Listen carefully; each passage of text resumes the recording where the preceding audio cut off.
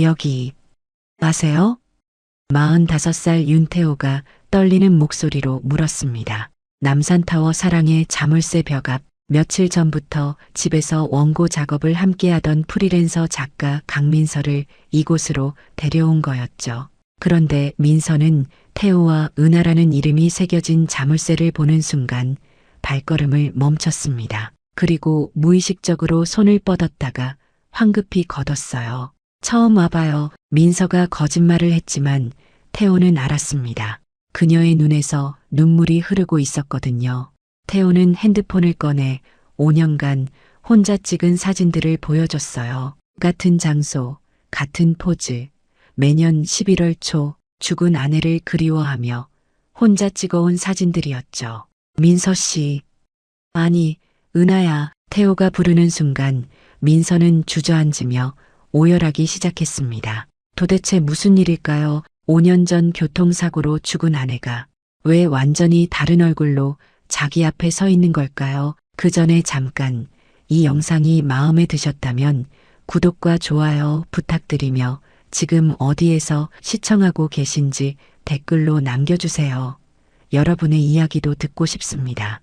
그럼 지금부터 시작되는 이야기 속으로 함께 들어가 볼까요? 오늘은 11월 초였습니다.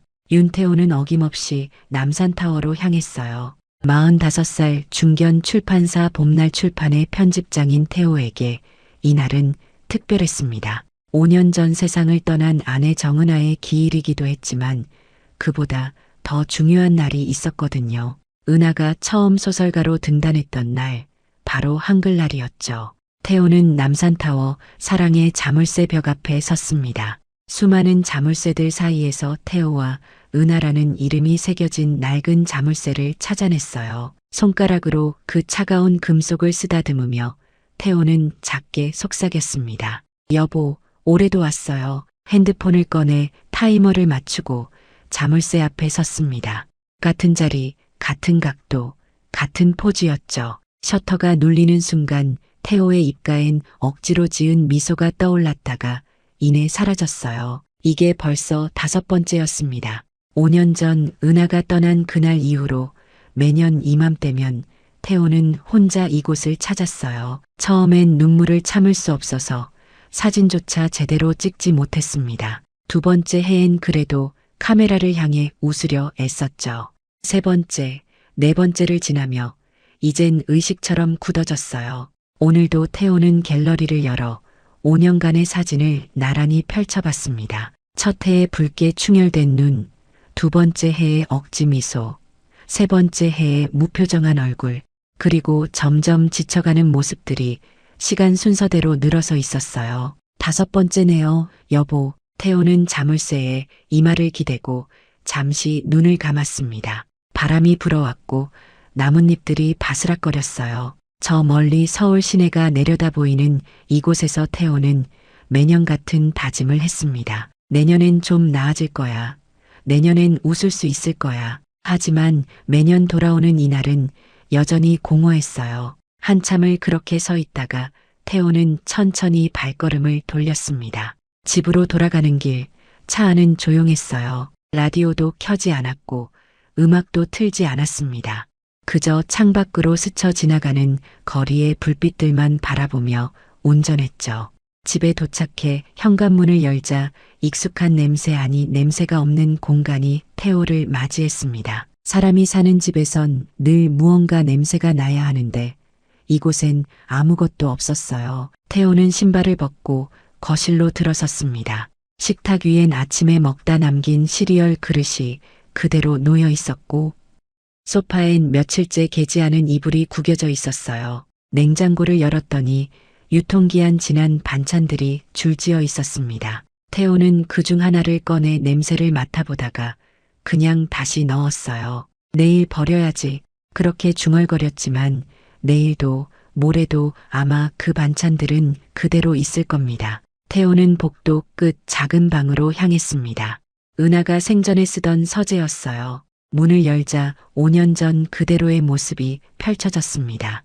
책상 위엔 은하가 마지막으로 작업하던 노트북이 먼지를 뒤집어 쓴 채 놓여 있었고 책장엔 은하가 쓴 소설책들이 가지런히 꽂혀 있었어요. 태호는 책상 서랍을 열었습니다. 그 안엔 은하의 마지막 원고가 인쇄된 종이 뭉치가 들어 있었어요. 표지엔 이렇게 적혀 있었습니다. 쉼표 이후 마이너스 정은하. 태호는 그 원고를 꺼내 첫 장을 펼쳤습니다. 사랑은 쉼표처럼 잠시 멈추는 것이지 마침표처럼 끝나는 게 아니다. 은하가 자주 하던 말이었죠. 태호는 원고를 다시 서랍에 넣고 조용히 문을 닫았습니다. 거실로 돌아와 소파에 앉았을 때 노트북 화면이 켜져 있는 게 보였어요. 출판사 이메일함이 열려 있었고 읽지 않은 메일이 10여 개 쌓여 있었습니다. 태호는 무심히 스크롤을 내리다가 한 메일에서 멈췄어요. 제목 원고 투고합니다. 마이너스 겨울눈. 발신자 강민서. 태호는 그 메일을 클릭했습니다. 안녕하세요. 편집장님, 프리랜서 작가 강민서입니다. 필명은 겨울눈으로 활동하고 있습니다. 이번에 장편소설 한 편을 완성해서 봄날 출판에 투고하고 싶습니다. 첨부 파일로 원고를 보내드리니 검토 부탁드립니다. 감사합니다. 태호는 첨부 파일을 열었습니다. 원고 첫 페이지가 화면에 떴어요. 그리고 첫 문장을 읽는 순간 태호는 숨이 멎는 것 같았습니다. 사랑은 쉼표처럼 잠시 멈추는 것이지 마침표처럼 끝나는 게 아니다. 방금 전 은하의 원고에서 봤던 그 문장과 똑같았어요. 태호는 등받이에 몸을 기댄 채 천장을 바라봤습니다. 우연일까요? 아니면 태호는 다시 원고를 읽기 시작했습니다. 한 페이지, 두 페이지, 세 페이지. 읽으면 읽을수록 이상한 느낌이 들었어요. 문장을 끝맺는 방식, 쉼표를 찍는 위치, 심지어 단락을 나누는 습관까지 모든 게 은하와 닮아 있었습니다. 태호는 노트북을 덮고 이마를 손으로 감쌌어요. 미치는 건가? 그렇게 중얼거리며 눈을 감았습니다. 하지만 머릿속엔 계속 그 문장이 맴돌았어요. 사랑은 쉼표처럼 잠시 멈추는 것이지. 태호는 다시 노트북을 열고 강민서에게 답장을 쓰기 시작했습니다. 안녕하세요. 강민서 작가님. 원고 잘 받았습니다. 흥미로운 작품이네요. 직접 만나서 이야기 나누고 싶은데 가능하실까요? 다만 출판사가 지금 리모델링 중이라 제 집 작업실에서 미팅하면 어떨까 합니다. 괜찮으시면 날짜 조율 부탁드립니다. 메일을 보내고 나서 태호는 한참을 그 자리에 앉아 있었습니다. 창밖은 어느새 깊은 밤이었고 거리의 불빛들이 하나둘 꺼져가고 있었어요. 태호는 소파에 누워 눈을 감았지만 쉽게 잠들 수 없었습니다. 사흘 후 아침이었습니다. 태호는 서재에서 강민서의 원고를 다시 읽고 있었어요. 밤새 몇 번이나 읽었는지 모릅니다. 읽으면 읽을수록 은하의 흔적이 느껴졌거든요. 문장 끝에 쉼표를 찍는 습관, 대화문에서 말줄임표를 쓸 때 항상 3개만 쓰는 것, 그리고 였다라는 표현을 절대 쓰지 않고 했다로 통일하는 방식까지 이 모든 게 은하가 글을 쓸 때 고집하던 습관들이었습니다. 태호는 노트북 화면을 보며 깊은 한숨을 내쉬었어요. 우연일 수밖에 없어. 그렇게 스스로를 다독이던 순간 초인종이 울렸습니다. 띵동. 태호는 시계를 봤어요. 오전 10시 정각이었습니다. 어제 강민서와 약속한 시간이었죠. 태호는 자리에서 일어나 거울을 한번 보고 머리를 대충 쓸어 넘겼습니다. 현관으로 걸어가는 동안 심장이 이유 없이 두근거렸어요. 문고리를 잡은 손에 땀이 배어 나왔습니다. 태호는 숨을 한번 크게 들이쉬고 문을 열었습니다. 문 앞에는 단정한 차림의 여자가 서 있었어요. 베이지색 코트에 검은색 바지를 입고 있었고 어깨에는 가죽 가방을 메고 있었습니다. 안녕하세요. 편집장님. 여자가 공손하게 인사를 했어요. 겨울눈입니다. 작가 강민서라고 합니다. 태호는 그 얼굴을 보는 순간 안도와 실망이 동시에 밀려왔습니다. 완전히 낯선 얼굴이었거든요. 은하와는 전혀 닮지 않은 얼굴이었습니다. 아, 네, 안녕하세요. 들어오세요. 태호가 문을 열어주자 민서는 조심스럽게 신발을 벗었습니다. 그런데 이상했어요. 신발을 벗는 방식이 묘하게 익숙해 보였습니다. 왼발을 먼저 빼고 오른발을 빼는 순서, 그리고 신발을 가지런히 정리하는 모습까지 은하도 똑같은 방식으로 신발을 벗었었거든요. 이쪽입니다. 태호는 민서를 거실로 안내했습니다. 민서는 거실을 둘러보며 천천히 걸어 들어왔어요. 집이 참 아늑하네요. 민서가 말했을 때 태호는 고개를 끄덕였습니다. 작업실은 안쪽에 있습니다. 이리로 오시죠. 복도를 지나 서재로 향하는 동안 민서는 벽에 걸린 액자들을 힐끗힐끗 보았습니다. 태호와 은하가 함께 찍은 사진들이었어요. 서재 문을 열자 책 냄새가 은은하게 풍겨 나왔습니다. 여기서 작업하시면 됩니다. 태호가 책상을 가리키며 말했어요. 민서는 가방을 내려놓고 서재를 둘러봤습니다. 시선이 책장에 꽂힌 책들에 머물렀어요. 그러다 한 권을 발견하고는 발걸음을 멈췄습니다. 이거 정은아 작가님 책이네요. 민서가 조심스럽게 책을 꺼내 들었습니다. 쉼표 이후라는 제목이 좋아했어요. 이 작가님, 태호의 심장이 다시 두근거리기 시작했습니다. 아시는 분이세요? 태호가 물었을 때 민서는 잠시 책장을 넘기다가 대답했어요. 직접은 모르지만 글을 좋아했습니다. 문장이 참 따뜻하더라고요. 민서는 책을 다시 꽂고 태호를 바라봤습니다. 제가 글을 쓸 때 많이 영향을 받았어요. 이 작가님한테. 태호는 대답 대신 고개만 끄덕였습니다. 자, 그럼 원고 이야기를 시작할까요? 두 사람은 책상을 사이에 두고 마주 앉았습니다. 태호가 노트북을 열어 민서의 원고를 띄웠어요. 전체적으로 문장력이 좋습니다. 특히 감정선을 다루는 방식이 인상적이었어요. 감사합니다. 민서가 미소 지었습니다. 물 한 잔만 주시겠어요? 목이 좀 마르네요. 아, 네. 제가 가져올게요. 태호가 자리에서 일어나려는 순간이었습니다. 민서가 먼저 일어나서 서재 밖으로 나갔어요. 제가 가져올게요. 부엌이 어디 있죠? 아, 복도 끝에. 태호가 말을 끝내기도 전에 민서는 이미 부엌 쪽으로 걸어가고 있었습니다. 태호는 의아한 표정으로 민서를 따라갔어요. 부엌에 도착했을 때 민서는 이미 찬장 문을 열고 물컵을 꺼내고 있었습니다. 어떻게? 태호가 말을 멈췄습니다. 민서는 정확히 물컵이 있는 찬장을 열었거든요. 왼쪽에서 세 번째 찬장, 아래쪽 두 번째 칸. 태호도 가끔 헷갈리는 그 위치를 민서는 한 번에 찾아냈습니다. 아, 죄송해요. 민서가 당황한 듯 말했습니다. 습관적으로. 대충 찬장 열어봤는데 운 좋게 물컵이 있었네요. 민서는 물을 따라 마셨고 태호는 그 모습을 말없이 지켜봤습니다. 물컵을 들고 마시는 방식도 묘하게 익숙했어요. 은하는 물을 마실 때 항상 컵을 양손으로 감싸쥐고 마셨거든요. 민서도 똑같이 하고 있었습니다. 작업 계속할까요? 민서가 물었을 때 태호는 정신을 차리고 고개를 끄덕였습니다. 네, 그러죠. 두 사람은 다시 서재로 돌아갔습니다. 1시간 정도 원고에 대해 이야기를 나누었어요. 어느새 시계는 정오를 가리키고 있었습니다. 점심시간이네요. 태호가 시계를 보며 말했습니다. 근처 식당에서 먹을까요? 제가 간단하게 해드릴게요. 민서가 갑자기 말했습니다. 편집장님 집에서 작업하게 해주셨는데 이 정도는 해야죠. 아니, 손님인데 어떻게. 괜찮아요. 요리하는 거 좋아합니다. 민서는 이미 자리에서 일어나 부엌으로 향하고 있었어요. 태호는 어리둥절한 채 민서를 따라갔습니다. 민서는 냉장고 문을 열었습니다. 그리고 안을 살피더니 자연스럽게 재료들을 꺼내기 시작했어요. 된장찌개 괜찮으세요?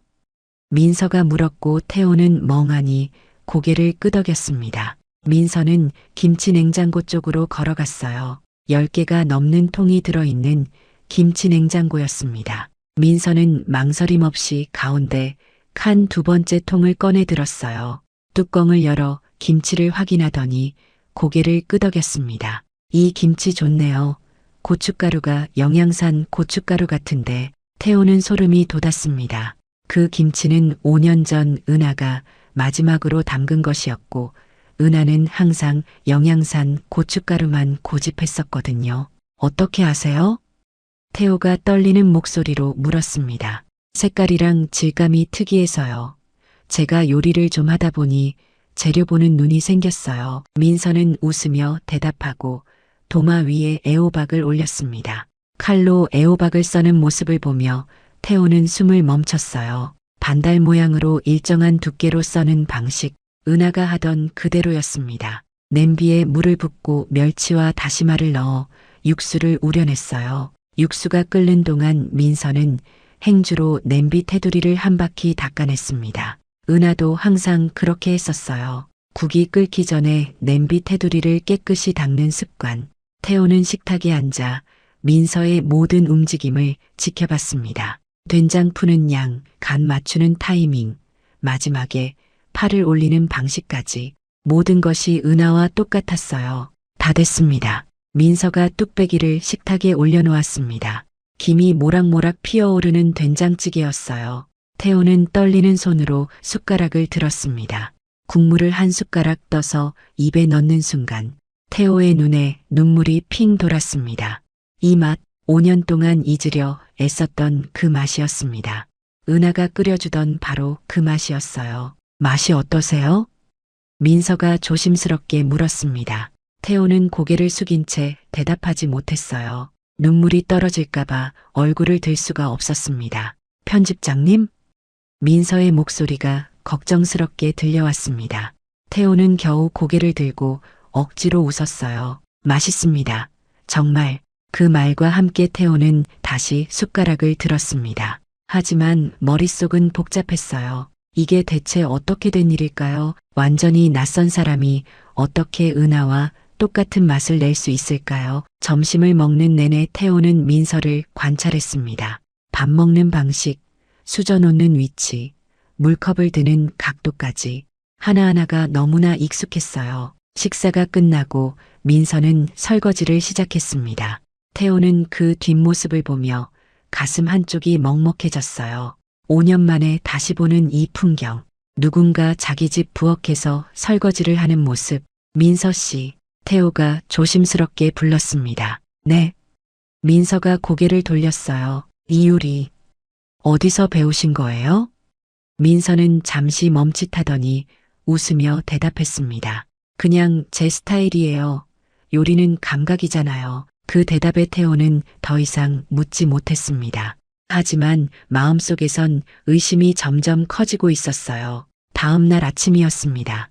태호는 서재에서 민서의 원고를 편집하고 있었어요. 머릿속은 온통 어제 일로 가득했습니다. 된장찌개의 맛, 설거지하는 뒷모습, 물컵을 쥐는 방식, 모든 것이 은하를 떠올리게 했거든요. 우연이야. 그냥 우연일 뿐이야. 태호는 스스로에게 몇 번이나 되뇌었습니다. 하지만 마음 한구석에선 계속 의심이 자라나고 있었어요. 띵동. 초인종 소리에 태호는 깜짝 놀라 고개를 들었습니다. 시계를 보니 오전 9시였어요. 누구지? 현관으로 가서 문을 열자 민서가 서 있었습니다. 안녕하세요. 편집장님. 민서가 밝게 인사했습니다. 원고 수정본 가져왔어요. 어제 말씀하신 부분들 고쳐봤습니다. 아, 네, 들어오세요. 태호는 민서를 안으로 들였습니다. 민서는 어제보다 더 자연스럽게 집 안으로 들어왔어요. 신발을 벗고 가방을 소파에 내려놓는 모습이 마치 자기 집처럼 편안해 보였습니다. 커피 드릴까요? 태호가 물었을 때 민서는 고개를 저었어요. 아니요, 괜찮습니다. 대신 물 한 잔만 주세요. 민서는 말을 마치자마자 부엌으로 걸어갔습니다.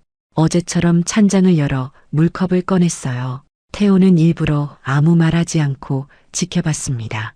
민서가 정말 우연히 물컵 위치를 알았는지 확인하고 싶었거든요. 민서는 망설임 없이 왼쪽에서 세 번째 찬장을 열었습니다. 그리고 아래쪽 두 번째 칸에서 물컵을 꺼냈어요.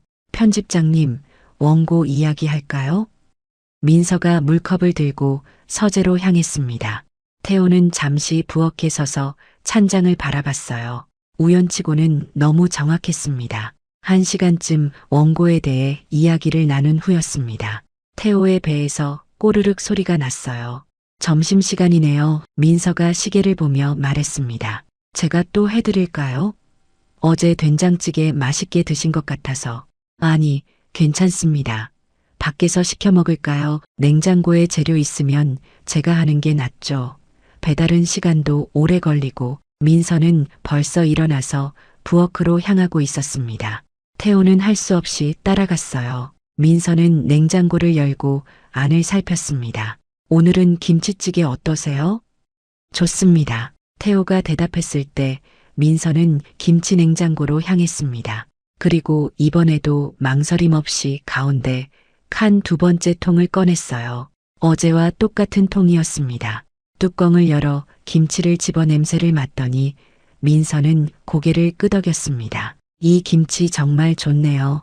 고춧가루 질감이 영양산 고춧가루랑 똑같아요. 입자가 고와서 김치에 잘 배는데 태호는 의자에 앉아 민서를 뚫어지게 바라봤습니다. 어떻게 그걸 아세요? 요리 좀 하다 보면 알게 돼요. 고춧가루마다 특징이 다르거든요. 민서는 웃으며 김치를 썰기 시작했습니다.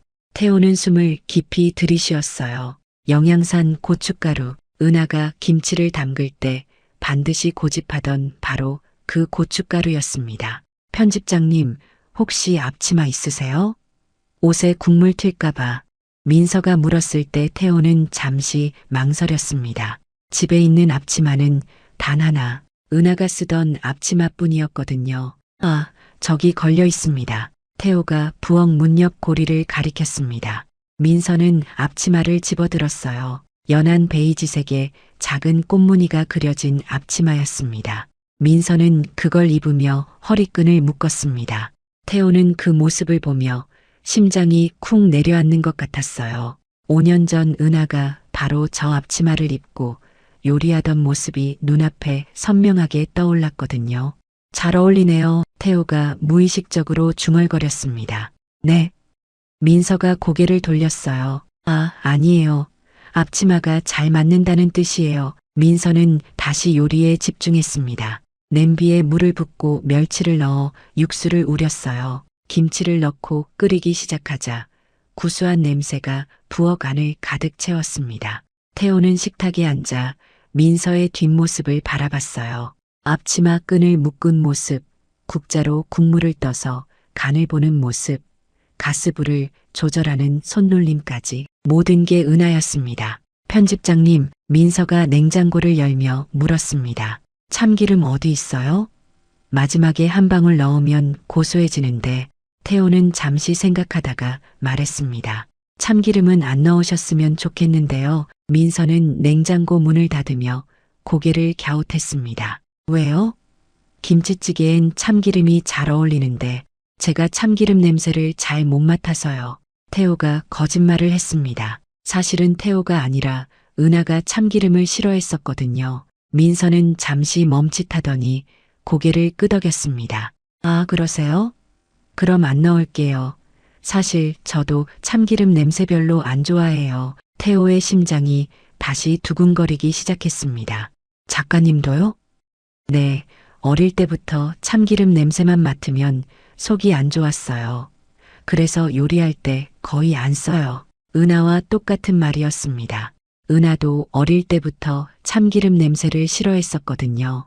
찌개가 다 끓었고 민서는 뚝배기를 식탁에 올렸습니다. 맛있게 드세요. 두 사람은 마주 앉아 식사를 시작했어요. 태호는 숟가락을 들면서도 계속 민서를 관찰했습니다. 밥을 먹을 때 왼손을 그릇 밑에 받치는 습관, 국물을 마실 때 후루룩 소리 내지 않으려고 조심하는 모습, 수저를 놓을 때 항상 가지런히 평행으로 놓는 습관까지 모든 것이 은하의 습관과 일치했어요. 식사가 끝나고 민서는 또다시 설거지를 시작했습니다. 태호는 부엌 입구에 기대서서 그 모습을 지켜봤어요. 민서는 그릇을 씻은 후 수건으로 물기를 닦아냈습니다. 그리고 수건을 접기 시작했어요. 반으로 접고 다시 반으로 접고 마지막으로 세 등분. 태호는 숨이 멎는 것 같았습니다. 그 방식, 은하만의 독특한 수건 접기 방식이었거든요. 호텔처럼 네모지게 접는 것도 아니고 대충 접는 것도 아닌 딱 세 등분으로 접어서 걸어두는 그 방식. 편집장님 괜찮으세요? 민서가 걱정스러운 얼굴로 물었습니다. 태호가 창백한 얼굴로 서 있었거든요. 아, 네, 괜찮습니다. 태호는 거실로 돌아가 소파에 주저앉았습니다.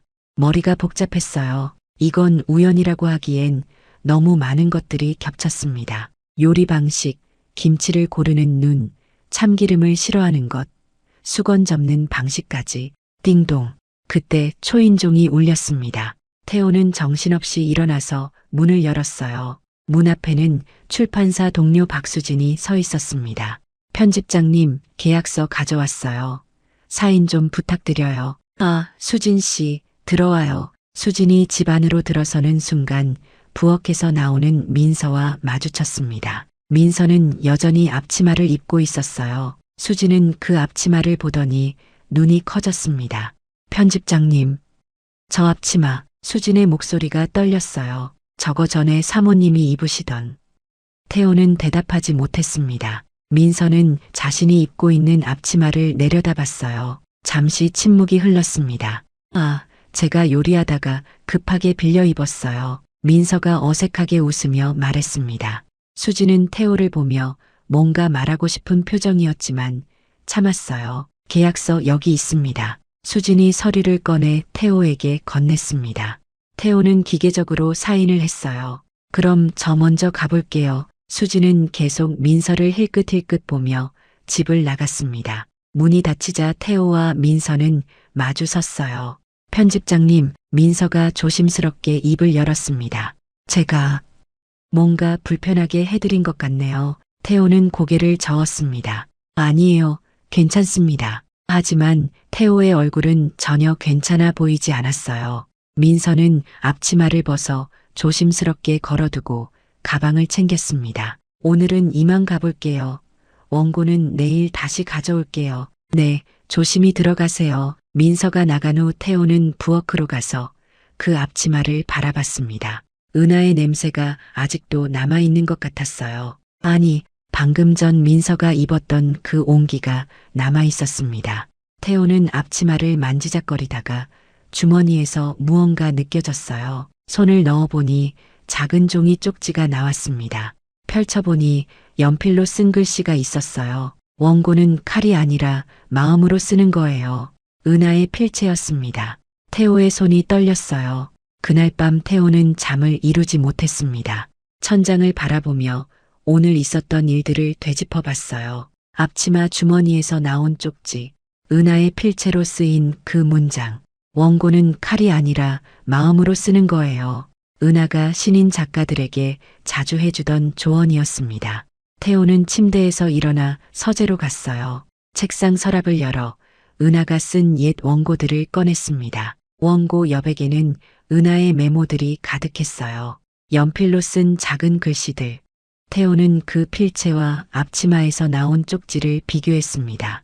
글자 하나하나가 똑같았어요. 이응을 쓸 때 약간 타원형으로 쓰는 습관, 리을의 끝을 살짝 올리는 방식, 요를 쓸 때 마지막 획을 길게 빼는 특징까지 모든 것이 일치했습니다. 태호는 손으로 얼굴을 감쌌어요. 미치겠네. 중얼거리며 다시 침대로 돌아갔지만 잠은 오지 않았습니다. 다음 날 아침 태호는 일찍 일어나 현관을 정리하고 있었어요. 민서가 신고 가는 슬리퍼를 정돈하던 중이었습니다. 회색 슬리퍼 한 켤레. 태호는 무심코 슬리퍼를 뒤집어 봤어요. 그 순간 심장이 멎는 것 같았습니다. 슬리퍼 안쪽, 보이지 않는 곳에 빨간 매직으로 이니셜이 적혀 있었거든요. T, 태호와 은하. 태호는 슬리퍼를 떨어뜨릴 뻔했습니다. 손이 덜덜 떨렸어요. 이건 은하가 표시해둔 슬리퍼였습니다. 은하는 자기 물건에 항상 이니셜을 적어두는 버릇이 있었거든요. 보이지 않는 곳에 몰래, 신발 안쪽, 옷고리표 뒷면, 가방 안쪽 주머니, 그런 식으로 작은 표시를 남겼었어요. 태호는 슬리퍼를 들고 거실로 가서 소파에 앉았습니다. 이제 우연이라고 할 수 없었어요. 너무 많은 것들이 겹쳤습니다. 태호는 노트북을 열어 민서가 계약서에 적은 주소를 확인했습니다. 서울 마포구의 한 주택가 주소였어요. 태호는 차 열쇠를 집어들고 집을 나섰습니다. 30분쯤 차를 몰아 도착한 곳은 조용한 주택가였습니다. 오래된 2층짜리 빌라들이 줄지어 있었어요. 태호는 민서가 적은 주소를 찾아갔습니다.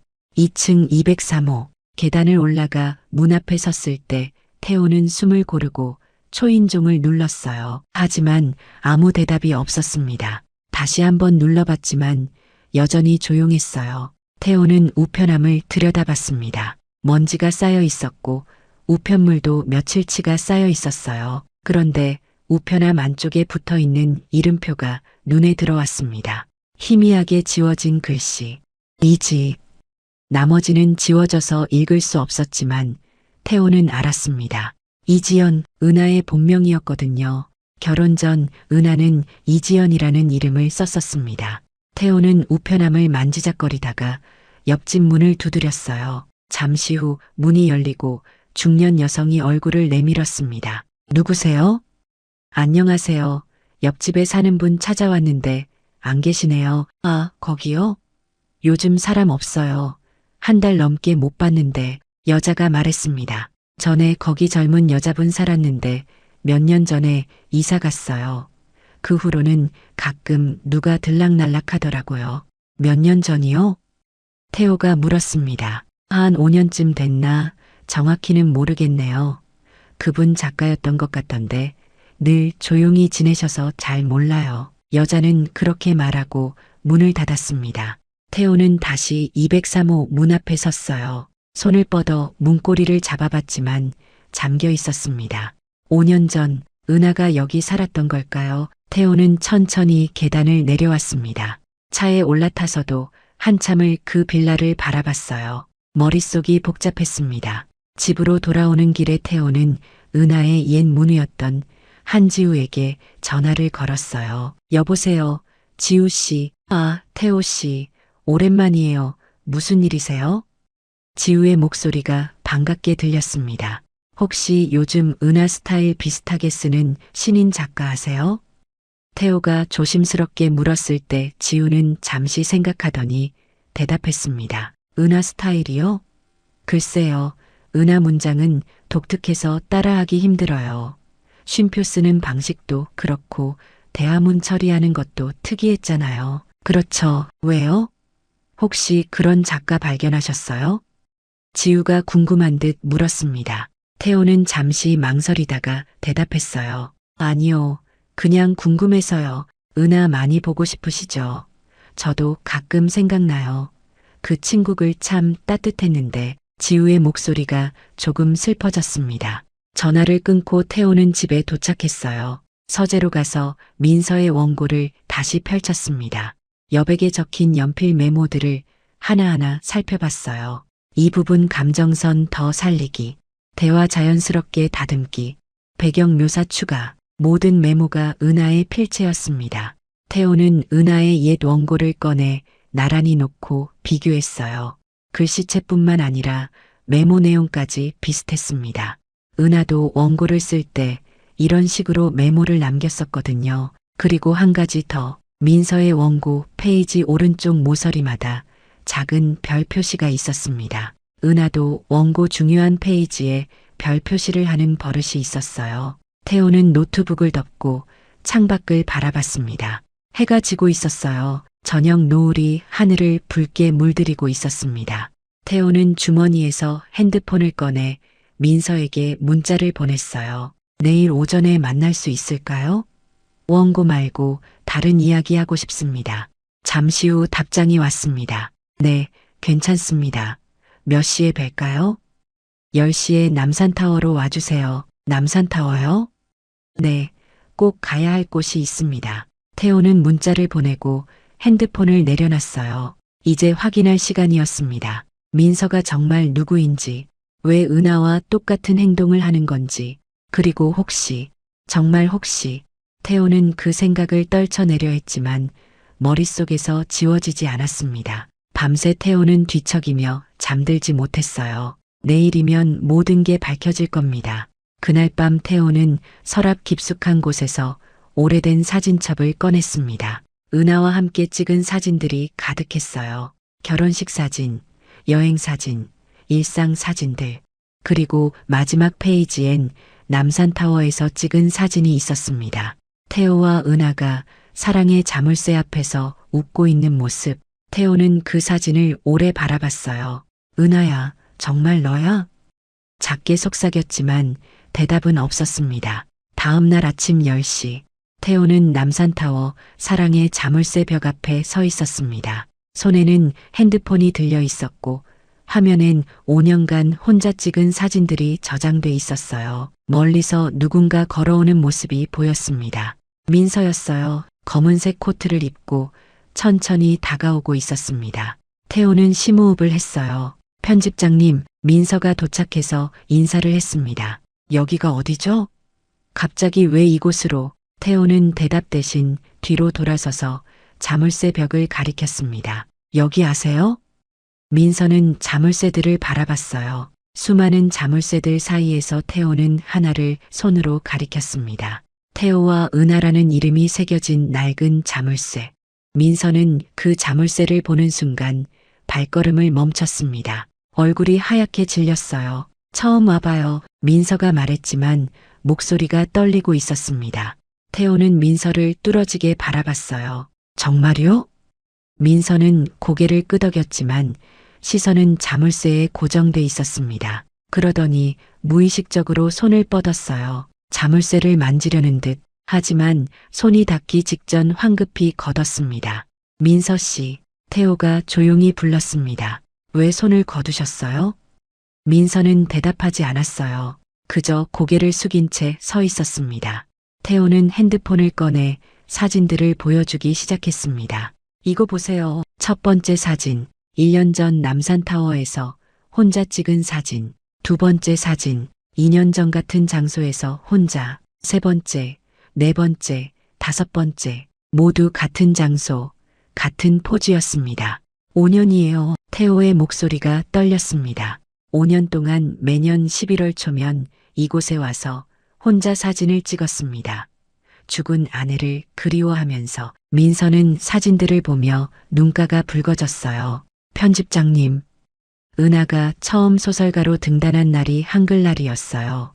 그래서 이날이 우리에겐 특별했죠. 결혼 기념일보다 더 소중한 날이었습니다.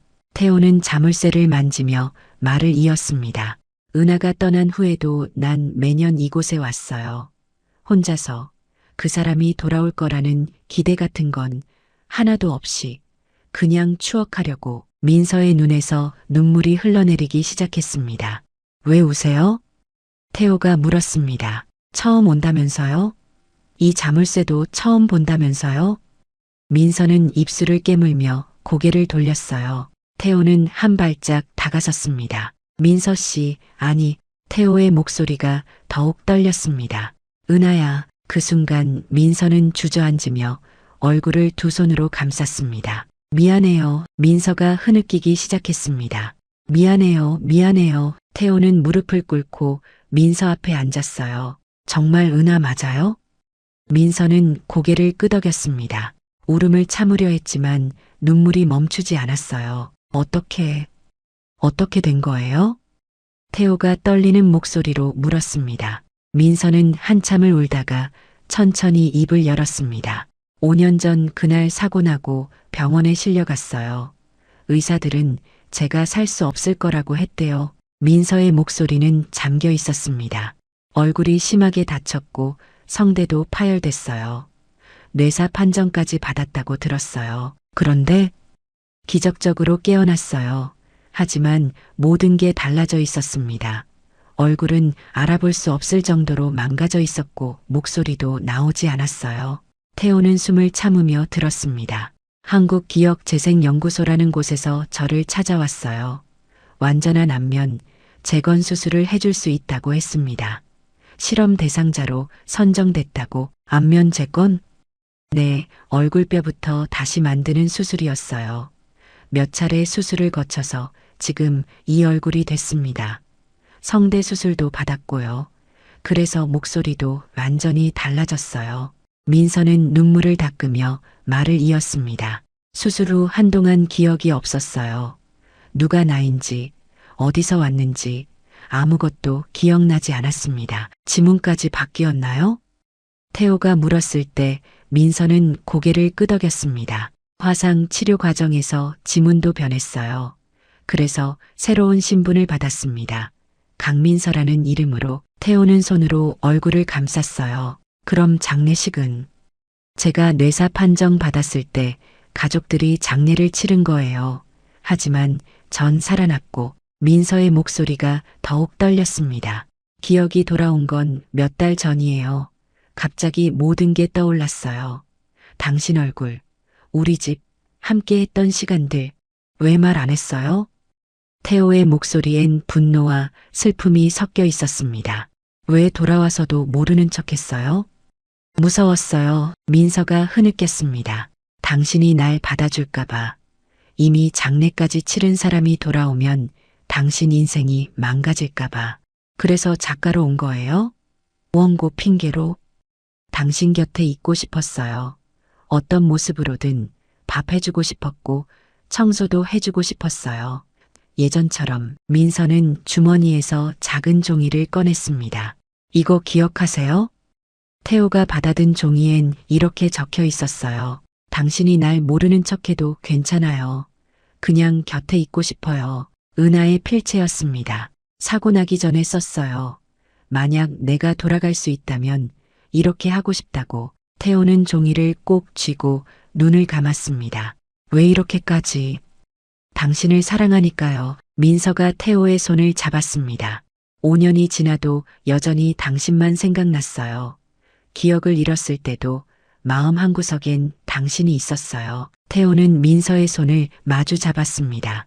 두 사람은 한참을 그렇게 손을 잡은 채 앉아 있었어요. 자물쇠 벽 앞에서. 5년 만의 재회였습니다. 앞으로 어떻게 하죠? 민서가 조심스럽게 물었습니다. 태호는 민서를 일으켜 세웠어요. 함께 가요. 어디로요? 집으로, 우리 집으로. 태호는 민서의 손을 꼭 잡고 걸었습니다. 남산타워를 내려오는 길. 두 사람의 그림자가 나란히 걸어가고 있었어요. 5년 만에 다시 만난 그림자들. 이번엔 절대 놓치지 않을 겁니다. 석 달이 흘렀습니다. 민서는 이제 태호의 집에서 함께 생활하고 있었어요. 아침이면 함께 식탁에 앉아 밥을 먹었고 낮에는 나란히 서재에서 원고 작업을 했습니다. 민서는 여전히 겨울눈이라는 필명으로 글을 썼고 태호는 그 원고를 편집했어요. 예전처럼, 아니 예전보다 더 가까운 거리에서. 어느 아침이었습니다. 태호는 부엌에서 커피를 내리고 있었어요. 민서가 뒤에서 다가와 태호의 등에 살짝 기댔습니다. 오늘 뭐 드시고 싶으세요? 민서가 물었을 때 태호는 고개를 돌려 웃었습니다. 당신이 만드는 건 다 좋아요. 그럼 된장찌개 할까요? 오랜만에. 좋죠. 민서는 냉장고를 열고 재료를 꺼내기 시작했어요. 이제는 숨길 필요가 없었습니다.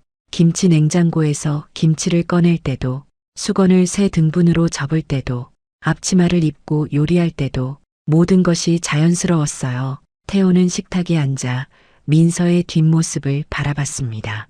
5년 전 잃었다고 생각했던 그 모습, 이제 다시 눈앞에 있었어요. 태호 씨, 민서가 냄비를 저으며 불렀습니다. 네. 행복해요. 민서의 목소리가 따뜻했습니다. 다시 돌아와서 당신 곁에 있어서. 태호는 자리에서 일어나 민서에게 다가갔어요. 뒤에서 민서를 안았습니다. 나도 행복해요. 다시 만나서. 두 사람은 한참을 그렇게 서 있었습니다. 된장찌개가 보글보글 끓는 소리만 부엌을 채우고 있었어요. 일상이 돌아왔습니다. 5년 동안 멈춰있던 시간이 다시 흐르기 시작했어요. 거실 책장엔 민서가 쓴 책들이 하나둘 꽂히기 시작했습니다.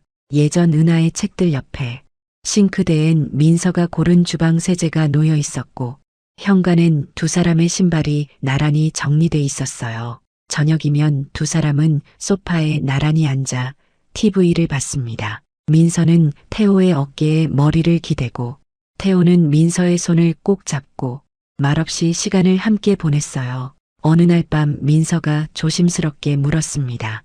태호 씨, 제 책 출간되면 어떤 이름으로 낼까요? 강민서? 아니면 태호는 잠시 생각하다가 대답했습니다. 당신이 편한 이름으로 해요.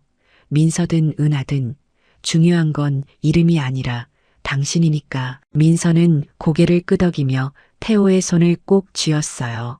고마워요.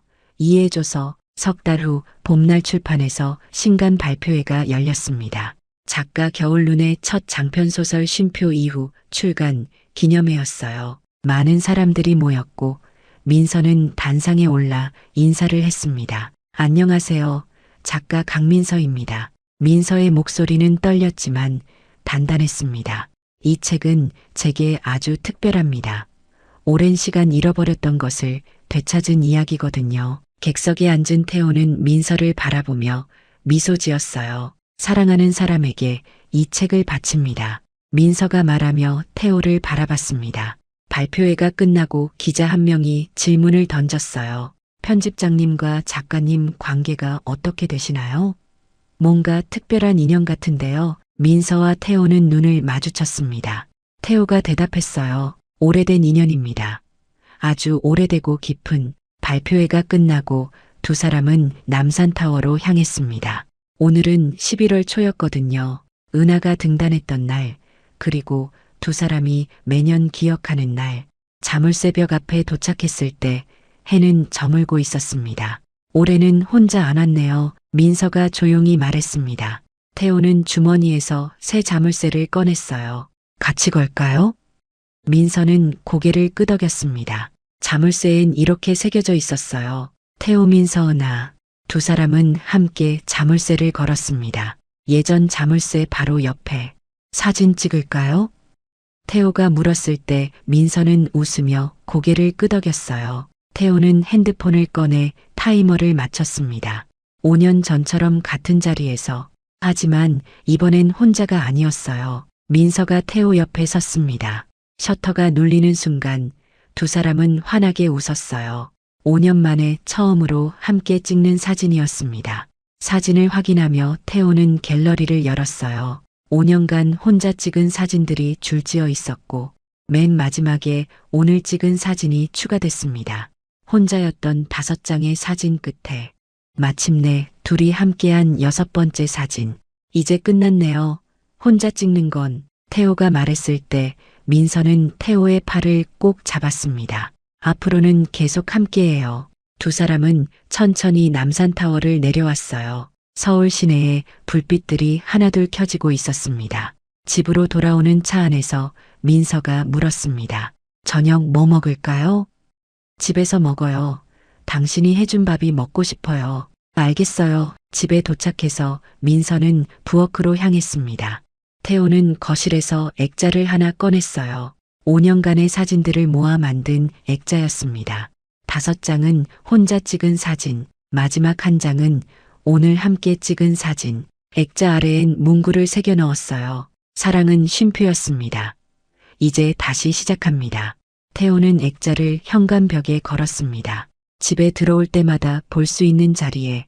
다 됐어요. 민서가 부엌에서 불렀습니다. 식탁엔 따뜻한 저녁 식사가 차려져 있었어요. 된장찌개, 김치, 계란말이, 시금치나물, 소박하지만 따뜻한 집밥이었습니다. 두 사람은 마주 앉아 밥을 먹기 시작했어요. 맛있어요. 태호가 말했을 때 민서는 웃었습니다. 당신이 좋아하니까 만드는 보람이 있어요. 저녁을 먹고 설거지를 하고 거실에서 차를 마시며 하루를 정리했습니다. 평범한 일상이었지만 5년 동안 그리워했던 바로 그 일상이었어요. 밤이 깊어가고 두 사람은 창가에 나란히 섰습니다. 서울 시내의 야경이 내려다 보였어요. 은하야. 태호가 처음으로 민서를 은하라고 불렀습니다. 민서는 눈을 감고 그 이름을 음미했어요. 네, 고마워. 돌아와줘서. 저야말로 고마워요. 기다려줘서. 태호는 민서를 꼭 안았습니다. 민서도 태호를 안으며 눈물을 흘렸어요. 기쁨의 눈물이었습니다. 5년이라는 시간, 죽음과 재생, 상실과 재회, 모든 것을 지나 두 사람은 다시 만났습니다. 앞으로 절대 놓지 않을게요. 민서가 속삭였을 때 태호는 고개를 끄덕였습니다. 나도 절대 놓지 않아요. 창밖으로 별들이 반짝이고 있었습니다. 5년 만에 다시 시작된 그들의 이야기. 이제 새로운 페이지가 펼쳐지고 있었어요. 태호는 서재로 가서 민서의 신간 쉼표 이유를 집어들었습니다. 헌사 페이지를 펼치자 이렇게 적혀 있었어요. 5년을 기다려준 사람에게 사랑은 끝나지 않았습니다. 단지 쉼표였을 뿐. 태호는 책을 가슴에 안고 거실로 돌아왔습니다. 민서는 소파에 앉아 차를 마시고 있었어요. 같이 앉을까요? 태호가 민서 옆에 앉자 민서는 태호의 어깨에 머리를 기댔습니다.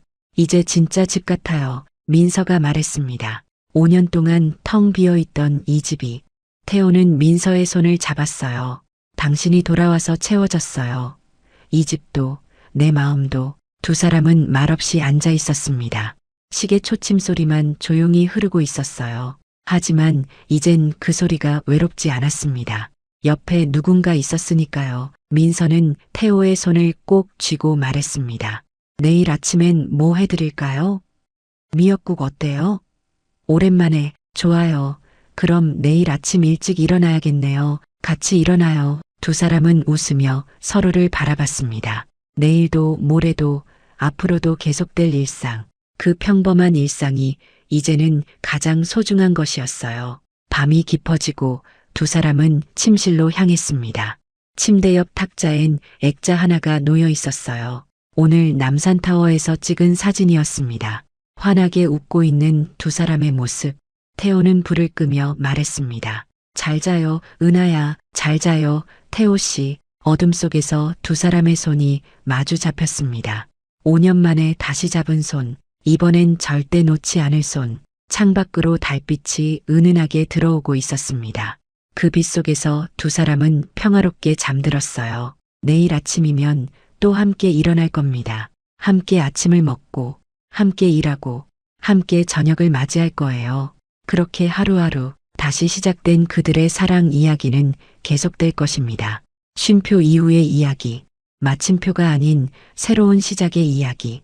사랑은 끝나지 않았습니다. 단지 잠시 멈췄을 뿐이었어요. 이제 다시 흐르기 시작했습니다. 더 깊고 더 따뜻하게. 우리의 이 사연이 마음에 남았다면 좋아요를 눌러주세요. 그리고 소중한 사람들과 함께 이 이야기를 나눠주시길 바랍니다. 좋은 말씀들을 댓글로 남겨주시고 어디에서 시청하고 계신지도 알려주세요. 여러분의 따뜻한 참여가 저희 제작진에게 큰 힘이 됩니다. 영상 보시고 느끼신 감정 댓글로 함께 나눠주세요.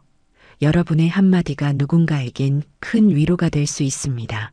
영상이 마음에 드셨다면 구독과 좋아요, 응원 부탁드립니다. 감사합니다.